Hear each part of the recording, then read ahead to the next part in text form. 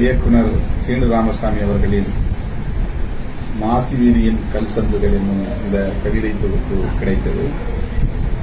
இதில் சில கவிதைகளை நான் படித்தேன். கருணையற்ற குழி என்னும் தலைப்பில் எழுதப்பட்டுள்ள கவிதை மலக்குழி மரணம் குறித்த துயரத்தை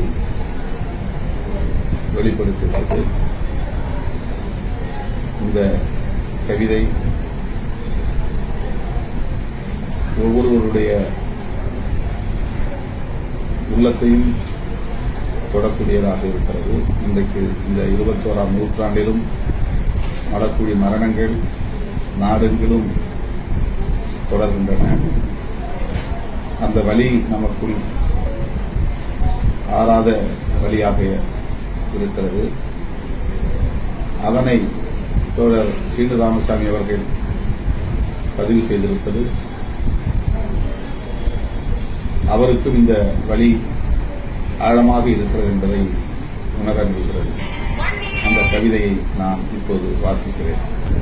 குழந்தையின் சேலை தொட்டில் குழியாக தெரிந்தது அவளுக்கு.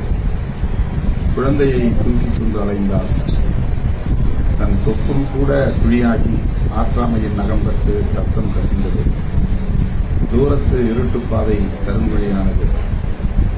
எரியாத விறகடுப்பும் நெருப்பெறியும் குழியாக தென்பட்டது.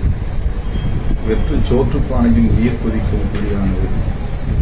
மலக்குழிக்குள் முதுகு வளைந்து நாசி அடைத்தது.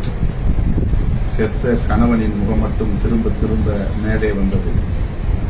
காதலின் கரம் பற்றிய கணவனுக்கு தன் ராஜாதி ராஜனுக்கு கண்ணீர் உள்திரள முத்தமிட்டபடியே இருந்தார்.